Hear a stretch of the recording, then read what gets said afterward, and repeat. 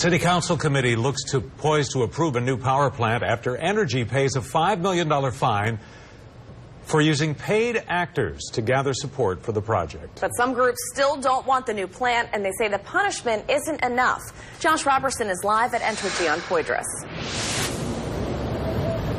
Well, Meg, John, City Council had originally had 2 meetings planned, which would have allowed the public to weigh in and voice what they would like to see happen with that Entergy power plant moving forward. But now City Council has proposed a resolution which will fine Entergy $5 million, which would be used towards the city's power crisis with the Sewerage and Water Board. After an investigation showed that Entergy used paid actors in order to push through a vote for the Knox power plant in New Orleans East, many advocacy groups like the Alliance for Affordable Energy say they don't think the plant should exist at all. Several New Orleans City Council members say the fine would direct Entergy to work with the Sewerage and Water Board and provide upgrades to save costs for New Orleans residents.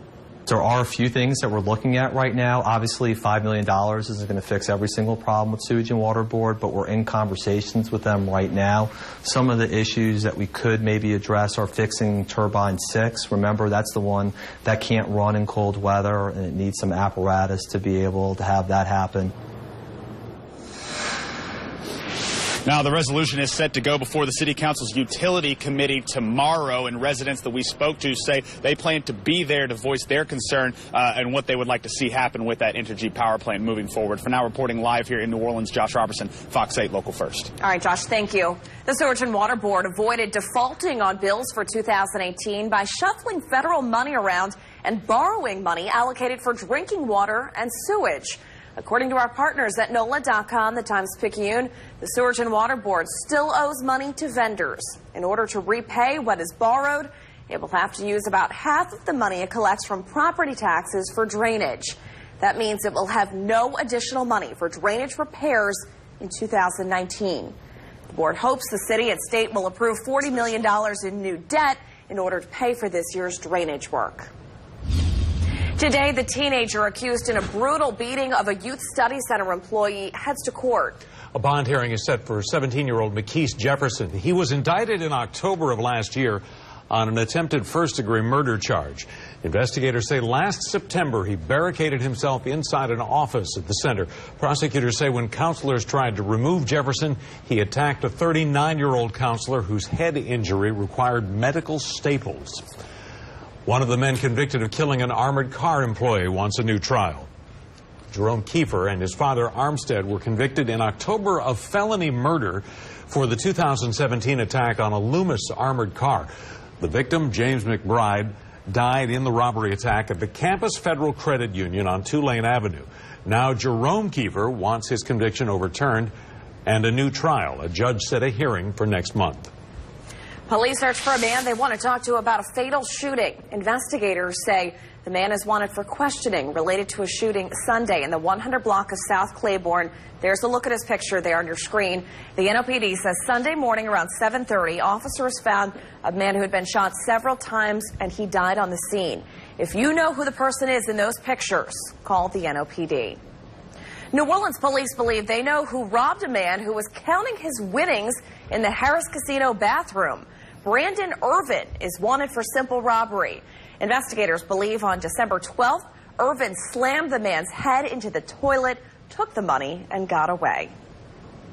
A former North Shore pastor will have to pay back hundreds of thousands of dollars after admitting to stealing government funds. A judge sentenced Otho Schilling to 3 years of probation and ordered him to pay more than $200,000 in restitution. The 59-year-old admitted to collecting Social Security while having church members pay for his personal expenses. Today, lawmakers expect a bill that would avoid a second government shutdown this year to be fully written. The president needs to sign the compromise by Friday to avoid another shutdown. The deal allows for 55 new miles of border fencing, an agreement on ICE detention bed funding, and close to $1.4 billion for a physical border on the southern barrier on the southern border. Votes on Capitol Hill could start tomorrow. President Trump says the bipartisan deal leaves a lot to be desired, but he wants to avoid another shutdown. A committee of congressional Democrats and Republicans reached the deal. Members from both sides have said no one's getting everything they want. House Minority Whip Steve Scalise says the tentative deal deserves scrutiny. I'd like to see him do what he's doing right now, and that is look at the details. Does the bill allow him to build more wall where he needs to build more wall, where the law currently prevents him from building that wall? The president has not taken an emergency declaration off the table.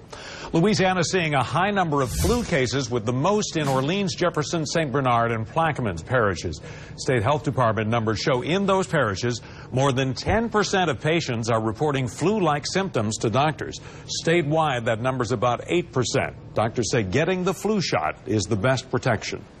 State lawmakers consider a proposal to create a voluntary do-not-sell gun list. According to our partners at NOLA.com, the Times-Picayune, the idea is to prevent people with mental illness from hurting themselves or others. It would allow people to put their names on a do-not-sell list. Those on the list could voluntarily remove their names, but it would take at least a week. A similar law went into effect in Washington January 1st. Some Mississippi lawmakers want to restrict the names of officers involved in shootings for up to 6 months. A bill that would shield names from public release passed the State House yesterday. It now goes to the Senate for more work. It's a response to the city of Jackson's announced policy to release officers' names within 3 days of a shooting. Legislators in Mississippi are also thinking of increasing the cost of marriage licenses. Right now it costs $20, but a new proposal would make that $35. The Senate passed the bill, and it moves on to the House for more work. In Louisiana, we like to eat local seafood, but many items you get in stores and restaurants could be coming from another country. And a government watchdog says the food you feed your family might not be tested for dangerous drugs that can cause health problems. When you look at what's actually being tested for drug residues, it's a very small percentage. Tonight, we investigate the numbers and hear why Louisiana fishermen say they are losing out. Our all-new investigation, Untested Waters, tonight on Fox 8 News at 10. 5:09 now, here's Shelby Latino.